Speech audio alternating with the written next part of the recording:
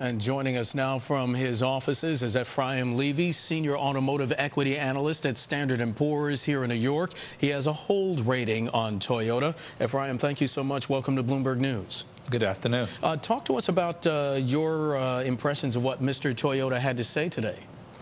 I don't think we heard a whole lot that was really new. Basically, he's saying that we recognize we made mistakes, we're working to fix that, we're progressing it, and we're working to make sure that doesn't happen again. Is this situation with Toyota getting a little bit more complicated because Mr. Toyoda has not appeared before Congress? That request originally sent by the senior member of the House Oversight Committee, California Republican Darrell Issa. Well, I think it's something that there are the negative people who are going to say that, oh, he's not showing up, that's, not a good thing. On the other hand, you have the local representatives who in some ways will know more of what's going on, but it's a media challenge. It's an image challenge for the company. Overall, how would you say Toyota's doing with all the damage control? It's been about a couple weeks now since all of this started hitting the news wires, all the recalls and whatnot. I think Toyota's facing a difficult situation, and I think they're on a steep learning curve, not having gone through this type of reputational challenge previously. And they're finding that they can't just put something out and that's the end of it.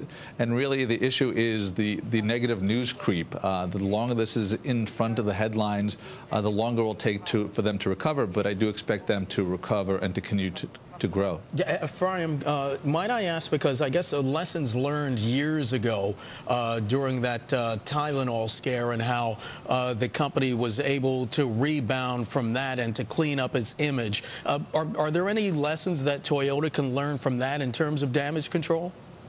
Well, I think you just have to get out there and make sure that you make and deliver what you say you're going to do. So if you at some point say that we have finished the problems, they are fixed, I think that the consumer will come back to them. I think they have a lot of brand loyalty that they've built over decades.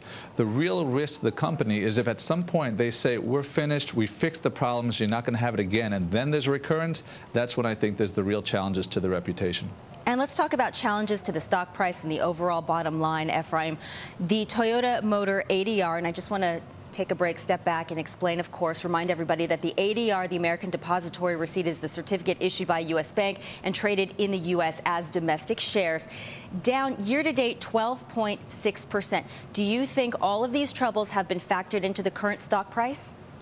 Well, we have a hold opinion, and basically our thinking process is that there's a lot of the negative news has already been factored into the stock price. It was up into the early 90s, the low 90s at one point, and then it sold off as the news flow got worse. And that's really where we went from saying let's ride through it because of the strengths they have, the brand, the financial wherewithal, to the fact that the news flow got worse, where the Prius news came out, and then the congressional investigations, and then the risk of the lawsuits. So what we see right now holding the stock back in the near term is a negative news flow, because if you wake up in the morning planning to go to a dealership to buy a new car and you turn on the television and what you see is, oh, another recall from Toyota, right, you're going to think twice about making that your first purchase. So you think the $73.55 a share is reflective of the fundamentals, all the challenges that Toyota is undergoing right now?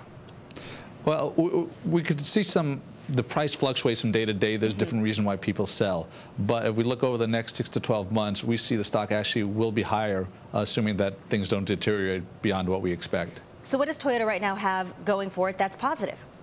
Well, for one thing, they do have the reputation that's being tarnished right now, but they have a lot of loyalty amongst their customers. And they also have, I believe the number is about $40 billion in cash that you can use for incentives to enhance the warranty, to do the inducements that they need to get the consumers back into the dealership and retain their market share. Okay, Efraim, we are speaking obviously of near-term, long-term. You believe Toyota weathers this storm a year from now, removed from this. How's Toyota looking? I think that Toyota is going to benefit from the rise in global demand. The U.S. is a strong and important market for them. That market will be growing, and even if their share shrinks from what it has been, the overall market rising will mean higher value for them. Also globally, China is growing rapidly. Other parts of the world are emerging from the worst slump we've had in a long time. So I think that that's going to really benefit their profits regardless of how this issue plays out. Efraim, you mentioned China. Is China going to be the rising tide that lifts all the boats here? any boat that's floating in China. But it's clearly a market that's rising rapidly. It's now bigger than the U.S. It's more important for growth for the global economy and the automotive industry. So what's the takeaway here? Obviously, the auto industry, especially in the U.S., GM and Chrysler in particular, has had such a tough couple of years here. So what's the takeaway? What's the lesson learned? I mean, do GM and Chrysler have to look inward now? I mean, are there threats, you know, or are those companies in better safety shape, if you will? Well, those companies, now that they're not publicly traded, I can't comment on them. Okay, fair enough. But it's something that, you know, every company is looking at the quality and making sure the quality is good and avoiding recalls, because that damages reputations. Speaking of reputations, Akio Toyoda, what is his reputation right now? Well, right now he's under some pressure from the fact that this situation is happening now on his watch. He may have been new to the presidency, but he's the one who has to deal with it, just like the President of the United States has to deal with the current economy. Should Toyota maintain his leadership role? Well, I think that he's looking to make changes, improve the quality. It's a challenge for whoever will be in that leadership position. Right now, let's give him some time. All right, and I guess one final question here. Where do we stand with all the recall parts getting to the dealerships and whatnot? Well, the company is working aggressively to fix the problem, and they're working as rapidly as they can. And I think generally the consumers are waiting for their turn to get their repairs done. Efraim Levy, Senior Automotive Equity Analyst at Standard & Poor's, joining us from here in Manhattan. Efraim, always good to talk to you. Thank you.